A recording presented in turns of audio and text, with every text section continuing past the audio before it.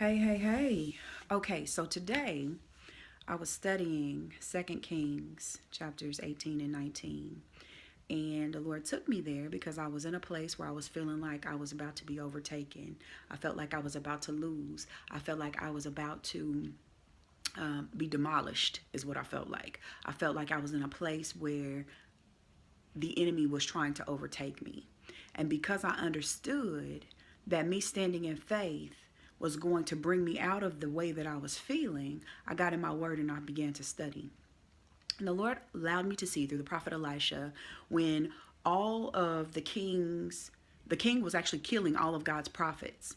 And it was a point in time when the prophet Elijah and his servant Gehazi was discouraged because he couldn't tell that the Lord was with them. It looked like they were completely surrounded by the king's horsemen. And he was like, what are we going to do?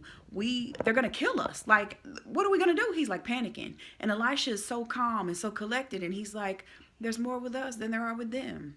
And the Lord allowed me to see that in that situation where they were surrounded, the mightier horsemen that the Lord has, the angels of fire that he has, the chariots of fire that he has. And they were surrounding those that were surrounding Elisha and Gehazi. And the Lord allowed me to see these horses were so big. They were gargantuan. They weren't even anything you've ever seen in your life. Like they were huge, like up to the clouds huge, with chariots of fire. And they had the most beautiful adornments. And I was just like, oh my gosh, like Lord. And he said, every obstacle that you face, that's me with you. This is who I am. This is how I roll. You don't have anything to be afraid of because I'm with you. And me with you is more than the world against you. I don't care what it looks like. See by the eyes of your spirit. See by the eyes of my spirit how I operate.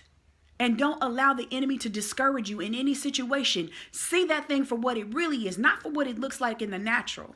But see that thing from a spiritual perspective, from the right perspective, and know that you have the victory in Christ Jesus. There is nothing that's too hard for God.